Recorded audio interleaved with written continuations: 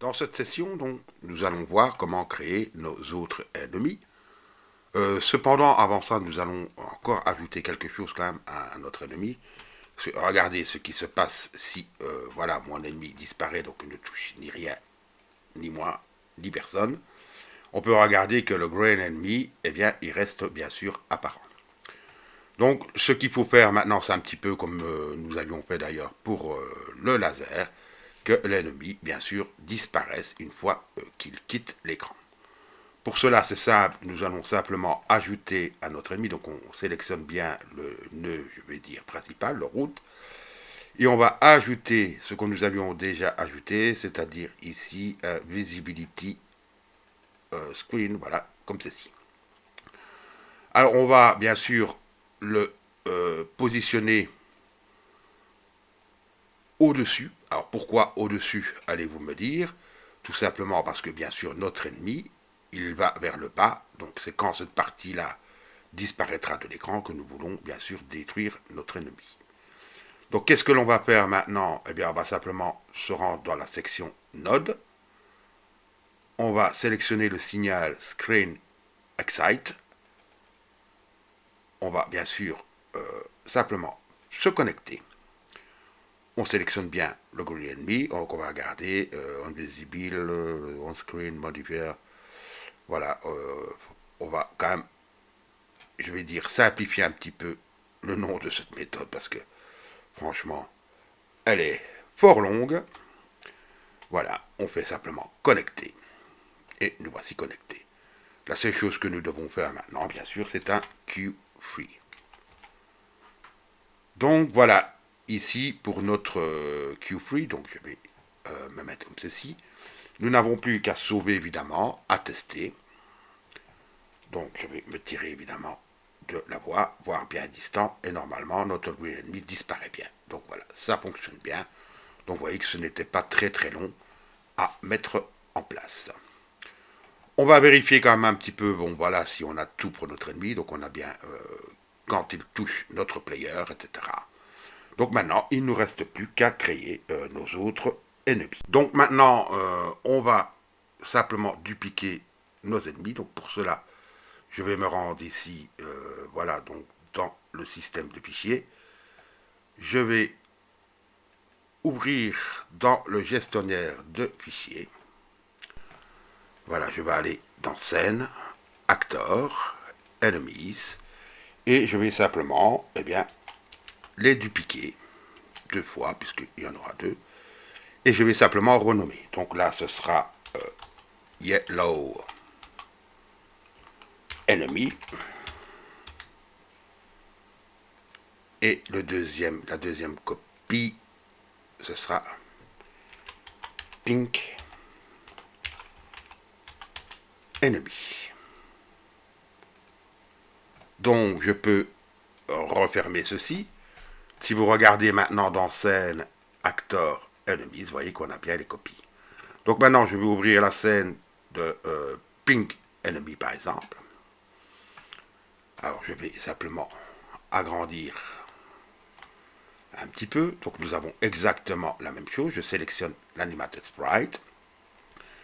Je vais simplement supprimer les sprites ici et sélectionner bien entendu un autre sprite frame. Donc je vais dans actor, enemies, pink enemies. Alors on va bien sûr faire le bon découpage. Donc un verticalement. Et il y en a 5, je vais dire horizontalement. Donc on fait tout sélectionner, ajouter les 5 frames. On va le laisser bien sûr en loop. Donc voilà, on a la bonne animation. Je pense que cette vitesse-là d'ailleurs est bonne, puisqu'on n'avait pas changé la vitesse. Donc je vais ajouter une autre animation que je vais également... Donc là par contre c'est important qu'elle soit nommée exactement comme l'animation de Green Enemy. Alors si vous voulez... Hop là. Attendez, je vais faire un CTRL Z. Oui, donc elle est déjà dedans. Donc Donc ça, je peux la supprimer. Donc elle est déjà dedans. Donc autant pour moi, il n'y avait pas besoin de la rajouter. Alors ici, nous allons ouvrir maintenant le Yellow Enemy. Donc je sélectionne son animated sprite, pardon. Je supprime bien sûr les 3 frames d'animation par défaut. Je sélectionne évidemment de nouveau ici la bonne sprite sheet. Je sélectionne évidemment le bon découpage. Je peux ajouter les 2 frames. Faire un play pour voir ce que ça donne. Et voilà. Alors, ce qu'on peut également faire, peut-être, c'est vérifier quand même ici pour le Screen Visibility. Donc, qu'il soit bon. De toute façon, ça n'a pas tellement d'importance. Voilà pour ceci. Et ce que nous allons pouvoir faire maintenant, c'est commencer à tester évidemment chaque ennemi individuellement. Donc, il nous reste maintenant à tester nos ennemis. Donc, pour cela, je vais reprendre la scène level. Je vais supprimer le Green Enemies, sélectionner la route, je vais tester par exemple Yellow Enemies. Alors, je vais faire un CTRL S, placer le personnage plus ou moins à ce niveau-ci. Ça nous permettra également de voir un petit peu la taille, donc je le supprime bien. Ça, c'est une première chose. Maintenant, je vais regarder qu'il supprime bien, voilà, mon player. Donc, ça fonctionne. Nous allons maintenant tester ici notre... donc, je vais supprimer le Green Enemies. J'ai remarqué également une petite erreur que nous allons corriger tout de suite. Je vais maintenant ajouter le Pink pour le tester. Donc, de nouveau de même, je vais le placer ceci. Je vais pouvoir le tester. Donc, je le supprime bien. Il me supprime bien, disons que si je rentre dedans. Et maintenant, ici, je regarde évidemment qu'il soit bien détruit lorsqu'il sort de l'écran. Donc, ça m'a l'air correct. Donc, ce qui nous reste à faire maintenant, évidemment, on ne va pas mettre évidemment les ennemis manuellement. Donc, nous allons faire maintenant un système pour créer nos ennemis, je veux dire dynamiquement, c'est-à-dire pondre les ennemis. Donc, c'est ce que nous allons faire tout de suite. Alors, une des premières choses que je vais faire, d'abord, je vais supprimer ici cet ennemi-là. Donc, c'est fini pour notre test. C'est l'erreur que je vous avais signalée tout à l'heure. Donc, ici, c'est bien green. Par contre, là, remarquez, je n'ai pas changé le nom. Donc, ici, je vais simplement changer le nom du nœud principal. Donc, ce sera bien pink enemy. Je vais faire un CTRL S pour sauver. Et là, ce sera bien un yellow enemy. Donc, yellow enemy. Comme ça, voilà, nous sommes corrects.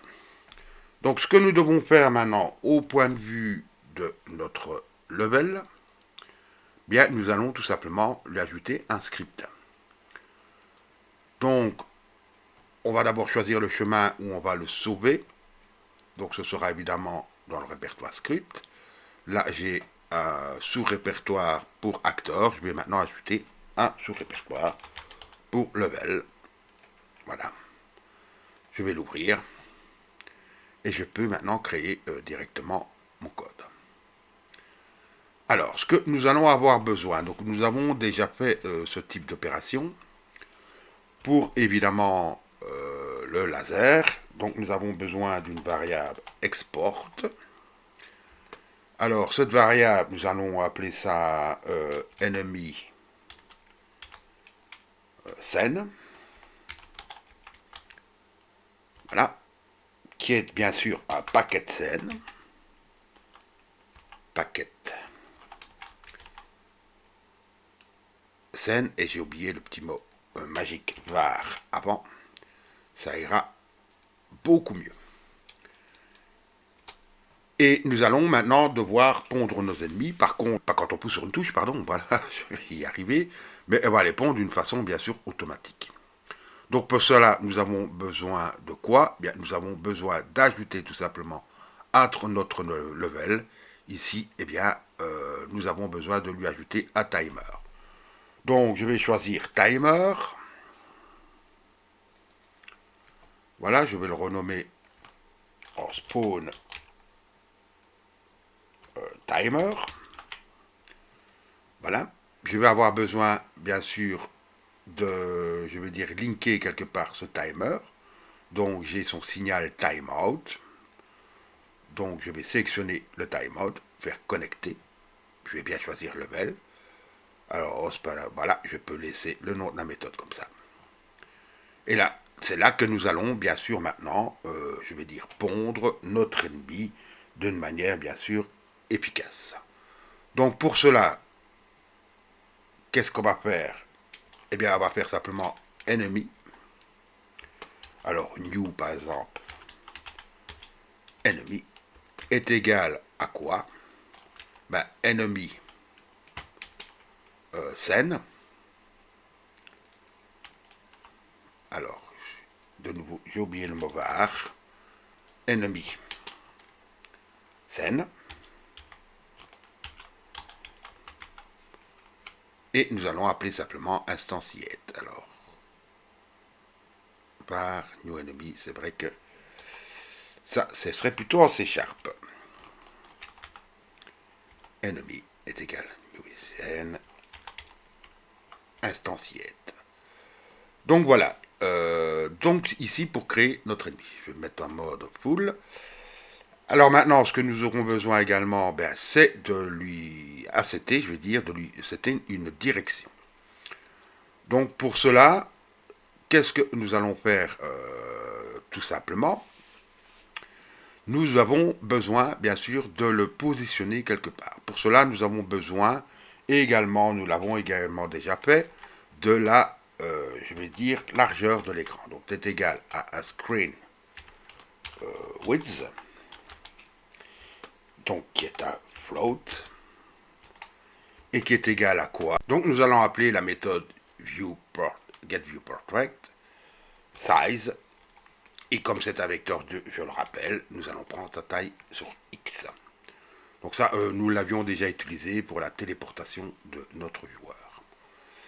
Donc une fois que nous avons ici cette valeur, bien maintenant nous allons devoir choisir une valeur aléatoire entre 0 et le viewPortrait. Donc c'est ce que nous allons faire ici tout de suite. Donc nous allons créer ici une nouvelle variable que nous allons appeler par exemple pose x, qui est bien sûr un float et qui sera égal à round f range. Donc ça va nous donner un float entre une valeur, donc form to, d'une valeur de 0 à eh bien, notre screen, voilà, width. Donc qu'est-ce que nous pouvons faire maintenant? Eh bien, nous pouvons maintenant simplement déterminer la position de notre ennemi. Donc pour cela, nous allons faire new enemy, point position, est égal tout simplement, eh bien, à quoi? Eh bien, à un new vector 2, donc à un vector 2, qui sera égal à la position x, et par exemple, nous allons le placer à moins 30. Donc ici, ce que nous pouvons faire maintenant, c'est tout simplement un addChild, et nous allons ajoutons quoi? Notre new enemy, tout simplement. Donc ceci, normalement, va nous permettre de pouvoir pondre notre ennemi. Dernière chose que nous devons faire également, c'est déterminer ici le temps et activer automatiquement le timer. Donc on va faire un auto-start, ce ne sera pas one shot. Le temps, on va laisser pour l'instant une seconde. On va voir ce que ça va donner. Voilà. Et on n'a plus maintenant qu'à lancer tout simplement notre jeu. Ah, ça ne va pas fonctionner. Pourquoi est-ce que ça ne va pas fonctionner? Ben, tout simplement, quelle est l'erreur que j'ai faite à votre avis? Eh bien ici, enemy scène, évidemment, c'est vide. Donc je vais faire un chargement rapide et je vais prendre par exemple le green enemy. Donc testons ça. Voyons voir. Bon, j'ai bien un ennemi ici, j'en ai bien deux, voilà. Le temps était un petit peu rapide. Donc ça fonctionne bien. Par contre, il y a une chose que vous avez pu remarquer, ben, le jeu va vraiment être très ennuyant si je le laisse comme ça. Pourquoi est-ce qu'il va être très ennuyant? Ben, tout simplement parce que c'est toujours le même ennemi. Alors, je vais régler ici une valeur, je vais mettre 2 secondes, je pense que ce sera déjà mieux. Regardons un petit peu ce que ça donne. Donc ici, voilà. Vous voyez quand même, le tir de laser continue. Voilà. Donc ici, maintenant, nous allons faire de sorte d'avoir, bien sûr, plusieurs ennemis d'une manière aléatoire de tous les ennemis que nous avons créés. Et c'est ce que nous allons faire tout de suite. Donc, pour pouvoir maintenant avoir plusieurs ennemis, ce que nous avons en premier lieu à faire, je vais simplement renommer ceci au pluriel. Pour l'instant, je vais commenter tout ça. Alors, il y a normalement ici, il doit y avoir... je vais le commenter manuellement. Alors, je vous l'avoue, j'ai plus l'habitude de travailler en C#, voilà, quand j'ai des scripts. Donc des fois, voilà, je suis un petit peu plus perturbé, voilà, par C#. Et ici, évidemment, j'aurais besoin du pass. Voilà. Donc ici, la première chose que nous avons besoin de faire, donc je vais simplement changer le nom pour que ce soit logique, c'est de transformer ceci en array, voilà. On met simplement des crochets et on stipule simplement ce que c'est. Donc voilà, déjà nous allons pouvoir ici avoir un arrêt de scène. Donc je vais supprimer le pass. Ce que nous avons besoin, bon, le screen width c'est bon, la position bien sûr c'est bon, mais nous avons besoin d'un index, donc qui sera, on va le nommer index, qui sera de type int, qui sera égal à un randy pour avoir simplement un entier, range, entre 0, et nous allons prendre maintenant notre enemy scène, et nous appeler sa méthode size, donc qui nous donne le nombre d'éléments. Donc maintenant, qu'est-ce que nous allons faire? Ben, notre ennemi sera égal tout simplement à une new scène, mais n'oublions pas que c'est un tableau. Donc on doit simplement lui donner évidemment l'index, variable que j'ai créée précédemment. Et là, nous allons créer une instance. Nous allons de nouveau, bien sûr, changer sa position et l'ajouter au tableau. Ceci, normalement, devrait nous permettre, bien sûr, d'avoir des ennemis, je vais dire, de manière aléatoire. Donc on va voir tout de suite ce que ça donne. Alors, ça ne va pas, ça ne va pas tout simplement pour la bonne et simple raison que j'ai encore fait la boulette que je fais d'habitude, c'est-à-dire au point de vue de mon level, vous voyez que c'est vite. Donc je dois ajouter évidemment un élément, 2 éléments, voilà, et 3 éléments. Je vais faire maintenant un chargement rapide. Donc je vais d'abord charger le green. Donc chargement rapide, là je vais charger le pink. Chargement rapide, oh non, chargement rapide, pardon. Et alors, chargement rapide, et là je vais charger le yellow. Donc évidemment, là, normalement, ça devrait donc fonctionner. Donc vous voyez que là, j'ai bien un ennemi pink. Alors, que se passe-t-il? N'oublions pas qu'un tableau, évidemment, commence toujours de 0 à 1. Donc on va faire simplement un -1 ici. Donc pour avoir une variable qui va osciller entre 0 et 2. Donc ça devrait normalement cette fois-ci le faire. Donc voilà, j'ai bien un ennemi rose, un ennemi vert. Voilà, un rose, un vert, un jaune, voilà. Donc ça fonctionne parfaitement, non sans mal, je l'avoue. C'est vrai que donc moi je suis beaucoup plus habitué évidemment à faire du codage, pardon, en C Sharp. Donc les tableaux ne se désignent pas tout à fait de la même façon, il suffit simplement d'ajouter des crochets. Par exemple, pour avoir ici la taille d'un tableau, ben, c'est pas size, mais c'est count ou length. Donc voilà, c'est des petites différences que j'ai dû moi-même m'adapter. Mais enfin voilà, donc c'était pour ici la construction de nos ennemis. Donc ici, les rendre aléatoirement. Maintenant, évidemment, ce que nous devons également faire, c'est nous intéresser après au score. C'est ce que nous allons faire dans la prochaine vidéo.